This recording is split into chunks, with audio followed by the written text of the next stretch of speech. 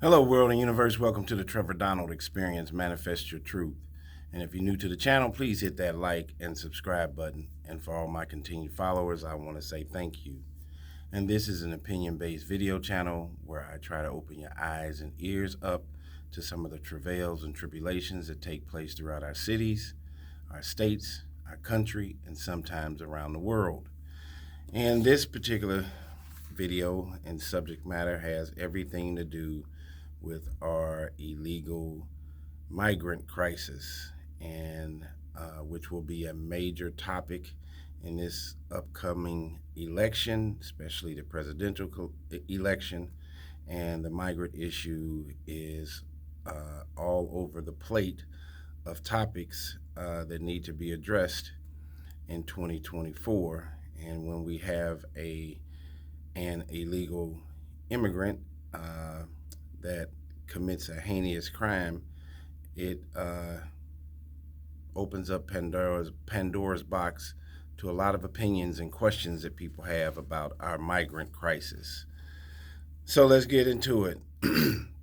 A suspect arrested in 2023 murder of mother of five killed while hiking in Maryland. So a suspect is arrested in the 2023 murder of a mother of five killed while hiking in Maryland. After 10 months of searching the country, investigators said they arrested the suspect on Friday, who they say allegedly murdered Rachel Morin while she was hiking through a Maryland trail last summer. Hartford County Sheriff Jeffrey Gaylor told reporters Saturday that DNA evidence and tracking local police and the FBI arrested Victor Antonio Martinez Hernandez in Tulsa, Oklahoma, in connection with the 2023 killing. Morin, 37, a mother of five, was found dead on the Ma and Pa Heritage Trail on August 6, 2023, a day after her boyfriend reported her missing after she didn't return home from a hike. Gaylor said that his team, the FBI, and the community worked relentlessly to bring justice to Morin and her family. Our deputies and partners have worked this case with persistence and passion every day, he said. Martinez Hernandez, 23 years old, will be charged with first-degree murder and first-degree R when he is extradited to Maryland, Gaylor said. Investigators believe Morin was attacked on the trail and pulled through a wooded area before being killed in a drainage culvert that runs alongside the trail, the sheriff's office previously said. DNA evidence was recovered at the crime scene shortly after Morin's body was found linked to a 2023 home invasion in Los Angeles, where a suspect's DNA had been found. A 9-year-old girl was assaulted in the LA case, according to the sheriff. Although they had the DNA evidence and the video from the break-in, Gaylor said they did not have an identity on the suspect until this past May. Martinez Hernandez allegedly entered the U.S. illegally last year from El Salvador, where he was wanted for murdering a woman, according to the sheriff and the FBI. So this guy had already committed allegedly a heinous crime in El Salvador. That's why when we talk about vetting people that are entering this country, they should be vetted way better and harder than a U.S. citizen applying for a job in the U.S. But there's been no vetting. We don't know what their backgrounds are, what their mental state, their health care, their past criminal history, if they have one. We just have open borders. Now with the new DNA evidence, we knew who he was, but we didn't know where he was, Gaylor said. 2 weeks ago, investigators tracked the suspect to Tulsa, and an arrest warrant was issued on Friday. Gaylor said his office privately informed Morin's family about the warrant before the arrest was made. Patricia Morin, the victim's mother, held back tears as she thanked the investigators and press for helping to find the suspect. At one point, when things looked really bleak and hopeless, the lead detectives told me patience will win in the end. She said during a news conference, "I am very thankful and grateful." The investigation into the murder is still ongoing. Gaylor said the investigators still don't know the motive behind the killing. However, he noted that it appeared the suspect acted alone. Wow, what a story. Um, Here again, this, when you have one bad seed, whether it is a corrupt police officer against an innocent U.S. citizen and does something corruptible, does something harmful to that person and illegal, puts a continuous bad light on our police force. They're going to be bad apples in every basket of culture in life.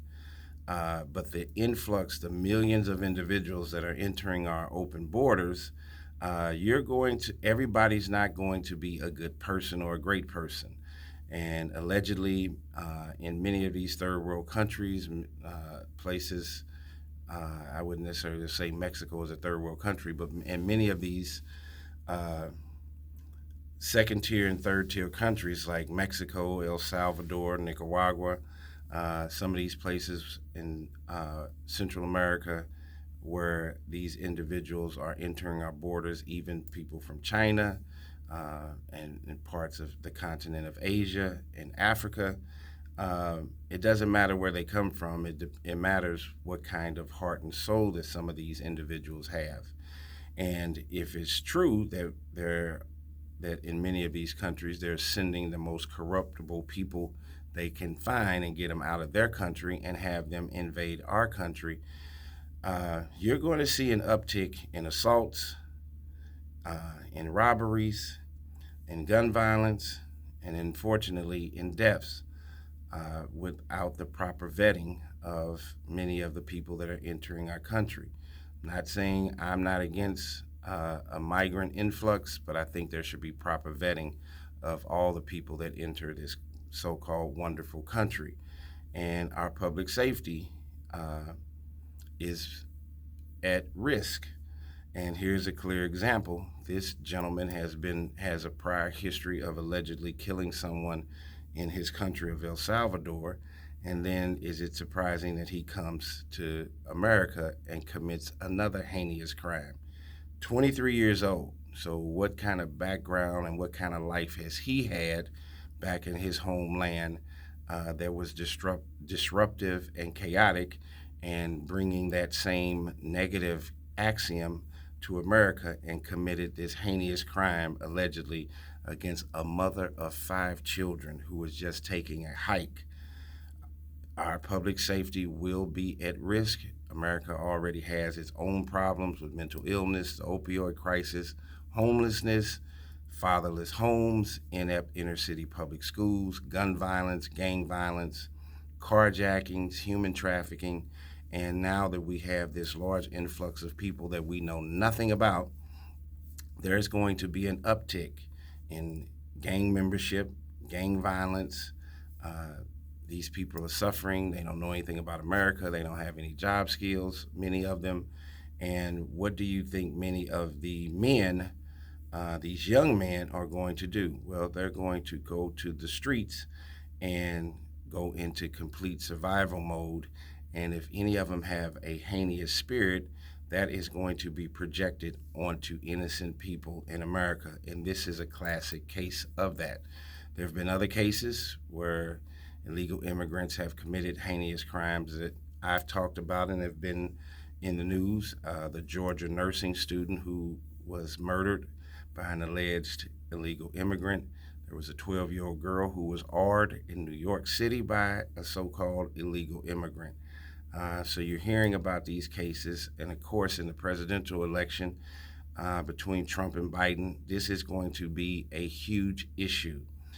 Biden's administration has been blamed for a lot of these border issues, and you got to remember when Trump was in office, he talked about building a wall, which a lot of people were against. Maybe his deliverance of putting so much interest on the wall was offensive, but I think he was right on about protecting our borders and who and what and the things that come across our borders, whether it's criminally minded individuals, whether it's the drug issue, with drugs entering our borders, whether it's human or child trafficking. None of these are going to provide a positive uptick in our moral and ethical value as a society in America, and we should protect it. America has enough of its own problems with the citizens that have been living here, and now we're going to have a big, huge influx of individuals, and we've been having it over 3 million that have entered Texas, California, Arizona, making their way to Chicago, New York, that is going to put a heavy burden, as I say, on our public safety, our transportation. Is going to put a heavier burden on our homelessness situation. Where are we going to house these individuals? How are we going to build an economic base for them to be sustainable, positive citizens, tax-paying citizens in America? And we're going to see if it's 3 or 4 million people that are here, there will be a number of bad seeds there will that will place and castigate a negative lens and a harmful scenario to many of our innocent citizens here in America. Uh, I'm not anti-immigrant, but I think a proper vetting for people crossing our borders. It is harder to get a job in America. It is harder to get on a plane with TSA and all the requirements that it takes to fly from one city to another. All the requirements, the vetting that takes place to get a job, drug testing, background check, valid driver's license, drug test. Some jobs even have a psychological evaluation. So if we have all of this for employment and all the requirements you have to do to get on a plane, why are there no requirements to enter this country as an illegal immigrant to properly vet them to make sure that they will be sustainable human beings in our country? We have this chasm and this axiom a little bit backwards. But thankfully, with DNA, with the advancements of scientific technology, if this is the alleged perpetrator of these two crimes, an assault on a child in California and the murder of this mother of 5 in Maryland, then DNA, the scientific DNA and its systems in this particular situation worked. We don't need anybody on the street that has such a heartless soul that does not respect humanity. This young man is 23 years old, which means if he had not gotten caught, he had plenty of years to continue this detrimental activity on our U.S. citizens. And he supposedly had a prior history of committing a murder back in his home country of El Salvador. So let's be thankful for our scientific DNA technology, the police's persistence in finding this person, and then we have to pray for Miss Rachel Morin's family. This is devastating and will change their lives forever.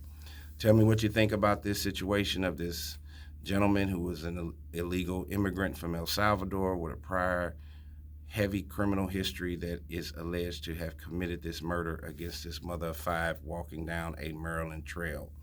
Public safety is a real issue in our cities and our country in today's time.